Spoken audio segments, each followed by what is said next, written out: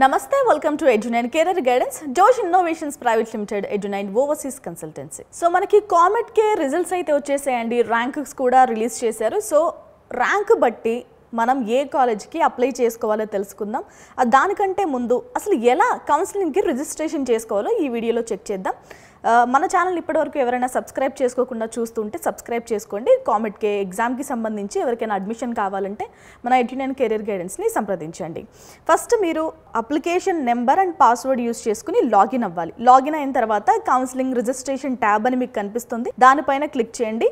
Details అన్ని verify చేసిన తర్వాత మీరు 2000 రూపాయలు ఫీజు అనేది పే చేయాల్సిన అవసరం ఉంటుంది. ఇది మళ్ళీ మనకి వెనక్కి తిరిగి రాదండి. ఫైనల్గా మనం ఫీజు పే చేసిన తర్వాత క్విట్ అయిన సందర్భంలో కూడా ఈ 2000ని కట్ చేసుకుని రిమైనింగ్ డబ్బులు అయితే మనకి పంపిస్తూ ఉంటారు. కాబట్టి ఇది నాన్ రిఫండబుల్ అమౌంట్. 2000 మనం పే చేయాల్సిన అవసరం ఉంటుంది. డైరెక్ట్గా మనం పేయూ పోర్టల్కి వెళ్తాం, పేమెంట్ పోర్టల్కి వెళ్తాం. పే చేసిన తర్వాత ఇఫ్ ఇన్ కేస్ పేమెంట్ అనేది సక్సెస్ అయిన తర్వాత అప్లికేషన్ ఫామ్కి వస్తాం. పేమెంట్ అనేది ఫెయిల్ అయితే కనుక మళ్ళీ పేమెంట్ని రీఇనిషియేట్ చేయండి.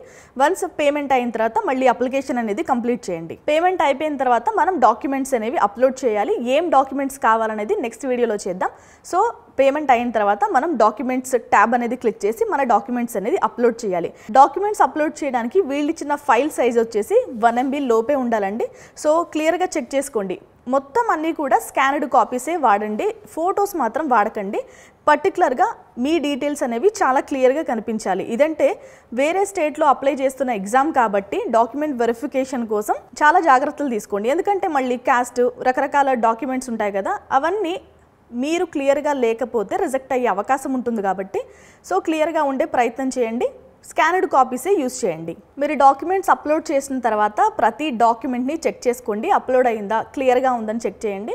ఇఫ్ ఇన్ కేస్ క్లియర్గా లేకపోతే అప్లోడ్ చేయండి. వన్స్ మొత్తం డాక్యుమెంట్స్ అప్లోడ్ చేసేసిన తర్వాత ఫ్రీక్వెంట్గా మీరు మెయిల్ అనేది చెక్ చేసుకుంటూ ఉండండి. ఎందుకంటే స్టాటస్ మనకి కనిపిస్తుంది కాబట్టి వాళ్ళు ఏమైనా క్వైరీస్ పంపుతున్నారా, లేదంటే రిజెక్ట్ అయిందా, మళ్ళీ అప్లోడ్ చేయాలన్న డీటెయిల్స్ మనకి మెయిల్ ద్వారా తెలుస్తాయి. కాబట్టి ఫ్రీక్వెంట్గా మెయిల్ అనేది చెక్ చేసుకోండి. సో ఇదండి కామెట్కి ఎగ్జామ్కి సంబంధించి రిజిస్ట్రేషన్ అండ్ డాక్యుమెంట్ అప్లోడ్కి సంబంధించిన వీడియో. ఫర్దర్గా ఇంకా వీడియోస్ చేద్దాం. కామెట్ కేకి సంబంధించి క్లోజింగ్ ర్యాంక్స్ బట్టి టాప్ 50 కాలేజ్ చెప్పే ప్రయత్నం చేస్తాను. Don't miss it. Follow Edunine career guidance channel.